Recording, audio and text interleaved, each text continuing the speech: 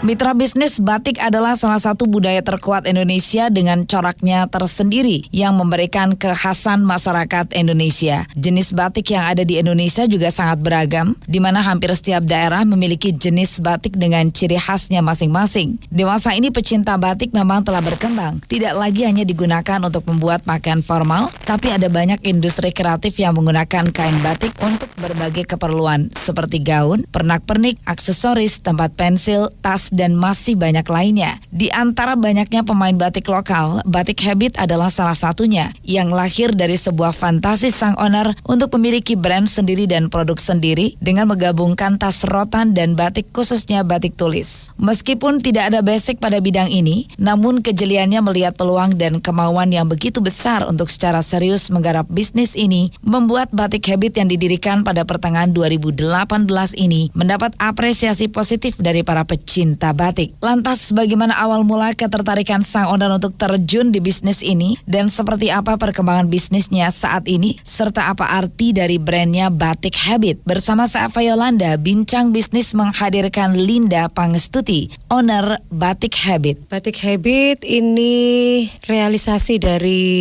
sebuah fantasi. Jadi saya ingin membuat sebuah brand sendiri dan produksi saya sendiri yang menggabungkan tas rotan yang sedang trending dan warisan leluhur kita yaitu batik. Batiknya kita cenderung batik tulis karena coraknya memang lebih cantik ya. Mengawalinya 2018 pertengahan saya memulai itu ingin membuat tas, kemudian saya menyukai batik. Pada saat saya ingin membuat tas batik, ternyata kok banyak sekali yang bikin tas batik dan saya tidak terlalu berminat. Saya ingin membuat sesuatu yang beda, yang unik. Nyata di mana-mana kok banyak yang pakai tas rotan, dan tas rotan itu buatan Lombok, Bali, dan sangat banyak yang pakai di mana-mana.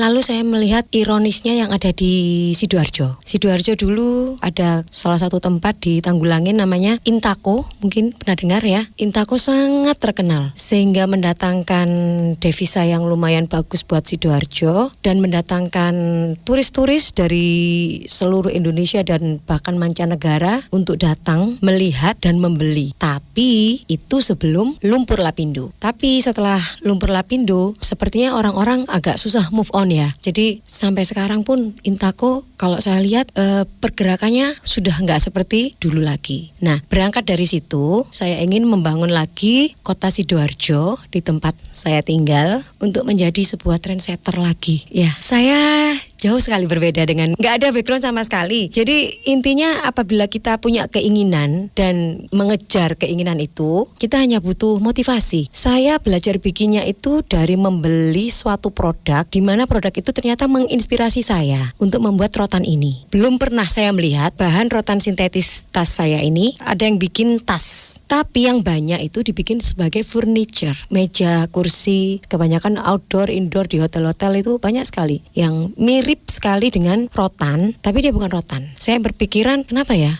kalau rotan sendiri saya pegang produknya itu tidak bisa dilekuk-lekuk, fleksibel gitu ya, apalagi digabungkan dengan batik. Saya suka sekali dengan batik dan akhirnya saya coba-coba mencari bahan yang sesuai. Itu butuh waktu kurang lebih 3-4 bulan. Jadi kalau boleh dikata saya memulainya itu sekitar Oktober 2018 di Puri Indah, Blok BF 09 Sidoarjo. Saya ingin membuat sesuatu habit ya. Habit itu adalah kebiasaan. Habit itu kebiasaan. Jadi saya ajak semuanya membiasakan diri untuk berbatik. Jadi tagline-nya itu Everything About Batik. Seperti tagline-nya Everything About Batik, Batik Habit hadir dengan berbagai kreasi produk lainnya yang tentunya berbeda dengan kebanyakan produk serupa yang ada di market. Lalu seperti apa keistimewaan dari produk Batik Habit dan bentuk apa saja yang ditawarkan ke market serta adakah produk lain yang ditawarkan? Istimewanya, satu, dia punya kekuatan yang lebih dari rotan asli dan tidak perlu difumigasi, lebih awet, dengan cuaca ekstrim pun tidak perlu perawatan khusus, tidak ada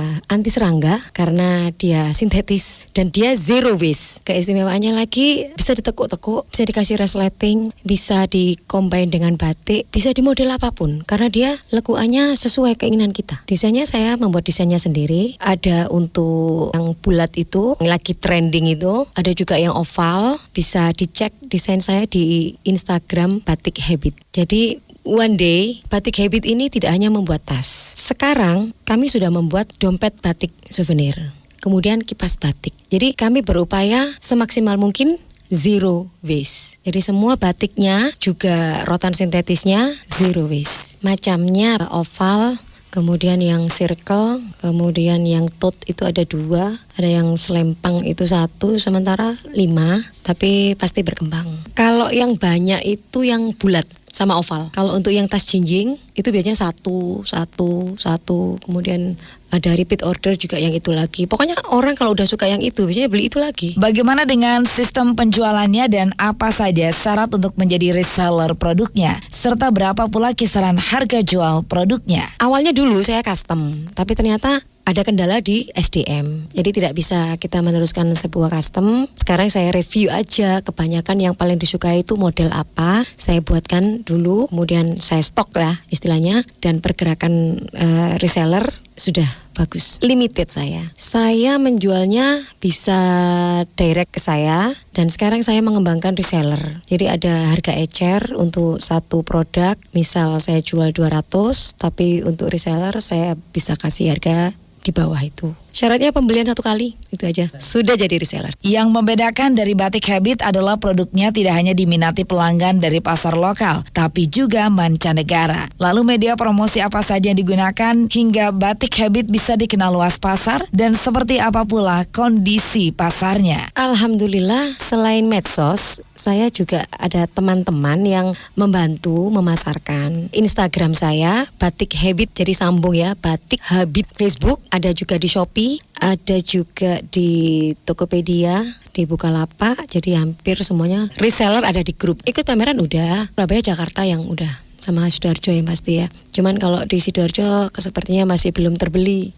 Belum pernah terbeli saya, malah saya dari Sidoarjo, saya pameran di Sidoarjo belum pernah terbeli. Tapi kalau di Surabaya, di Jakarta, pulang pameran banyak pesanan. Sementara ini masih Surabaya, Jakarta, Bogor. Kalau di luar itu ada Belanda, ada Kamboja, ada ini mau kirim India, Malaysia. Paling mahal dari saya sekitar antara 200 sampai 1 juta, betul. Dari mana sang owner menggali ide desainnya dan kendala apa saja yang banyak dijumpai sejak awal usahanya ini mulai dirintis? Temukan jawabannya pada Bincang Bisnis bagian kedua sesaat lagi.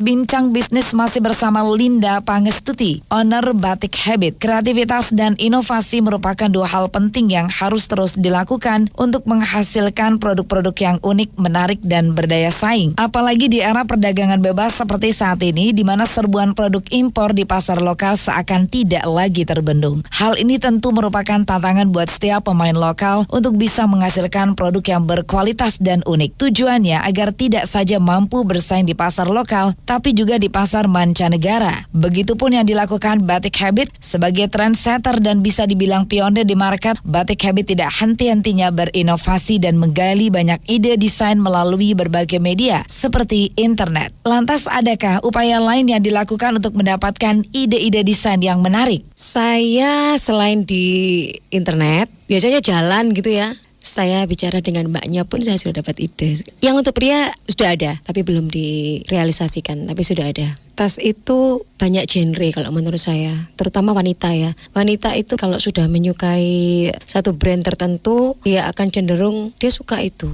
Saya suka merek si A ini, dia akan beli lagi dan beli lagi. Itu harus yang menurut saya yang nggak hanya menarik dilihat, tapi juga harus punya kekuatan, harus punya daya saing berada di pasar bebas sekarang ini, yang mana kita sudah diserbu dari negara lain ya, yang serba 50.000 seperti itu. Nah kita memang banyak usaha yang gulung tikar karena pasar bebas itu. Nah untuk itu saya inginnya sih terus berani inovasi, tidak boleh berhenti. Apa saja kendala yang dihadapi dalam pengembangan bisnisnya dan bagaimana pula dengan ketersediaan bahan baku seperti rotan dan batik tulis? Selalu SDM. Jadi kadang kita harus membekali diri kita sudah membekali ilmu apapun dalam arti ilmu penjualan, ilmu memproduksi, kita sudah membekali. Tapi kalau kita handle semuanya sendiri kan nggak bisa. Kita harus mengkader ya untuk kedepannya. Nah setelah pinter kadang-kadang lepas itu ya. Jadi akhirnya saya berpikir ya udahlah, kalau udah ada yang cocok gitu pegawai, kita produce yang lebih banyak, kemudian kita kembangkan penjualan lewat bantuan reseller. Ya saya pikir itu lebih ke membantu SDM. Karena skill khusus ini yang sudah diajari pinter terus keluar itu rasanya kita nyesek ya, nyesel gitu. Harus ngajarin lagi kalau ada yang baru lagi. Nah untuk yang apply itu di Facebook saya tuh ya lumayan banyak. Tapi kalau ditanyain bisa apa itu nggak relevan bisanya dia dengan kebutuhan saya. Jadi akhirnya ya udahlah, dengan SDM yang ada 2 kita maksimal. Untuk tas pernah sampai 10 pernah. Satu kali pesan itu 10 gitu. Kalau batik tulis banyak ya. Kita bisa batik tulis Madura, batik tulis Sidoarjo, batik tulis Jawa Tengah, batik cap, semuanya ready. Kalau itu kita tinggal order, kirim.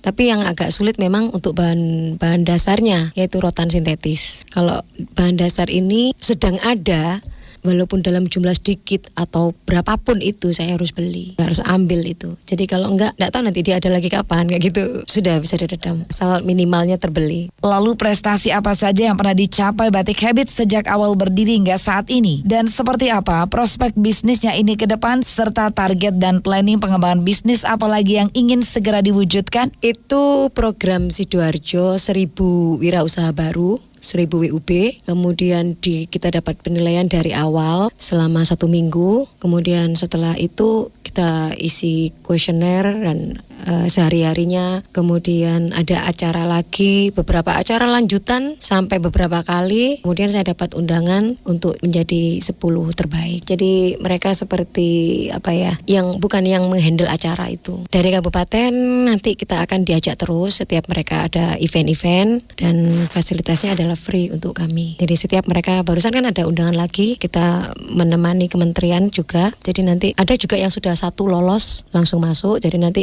yang 9 ini kan belum lolos lagi. Nanti ada acara lagi, kita diikutan lagi. Kalau tas ini masih belum keras gitu ya, kan memang targetnya menjadi trendsetter harus banyak. Jadi saya harus mencapai dari yang 15 tas itu, target saya harus 100 tas 1 bulannya. Omsetnya masih di bawah 100. Targetnya pastinya di atas 100 lah. Sepertinya kalau saya lihat pionir. Saya belum lihat ada yang sama persis seperti yang ide saya ini, belum ada. Saya belum bisa membaca ke depannya, hanya saya optimis kalau di Bali dan di Lombok itu bisa segencar itu hingga ke Pulau Jawa. Kenapa kita nggak bisa? Kita harus optimis, kita punya usaha, kita punya brand. Memang tidak mudah untuk building brand itu. Semuanya harus dikerahkan ya, jadi tenaga pikiran untuk mencapai target yang sudah saya planning untuk bikin dua menengah ke atas dan yang premium ya, saya bilang yang premium. Nanti akan ada saya rilis yang premium. Trennya masih yang casual. Untuk kerja very limited ya. Jadi yang orang-orang dengan usia produktif yang masih bekerja menyukai itu. Tapi tidak menutup kemungkinan dia juga butuh tas yang casual. Jadi yang casual saya kira untuk kedepannya itu casual. Tas dan turunannya. Jadi tas, ada dompet, ada clutch. Nanti ada clutch. Mungkin nanti saya juga akan bermain di kulit, tapi saya lihat dulu ke depan. Tapi semua akan combine dengan batik. Itulah saya sebut Batik Habit. Jadi saya mengajak semuanya untuk berbatik dalam hal apapun. Jadi pada saat kita mengerjakan apapun itu, all start is difficult ya. Semua permulaan itu sulit, nggak hanya usaha. Jadi apapun yang kita mulai itu pasti ada hambatan, ada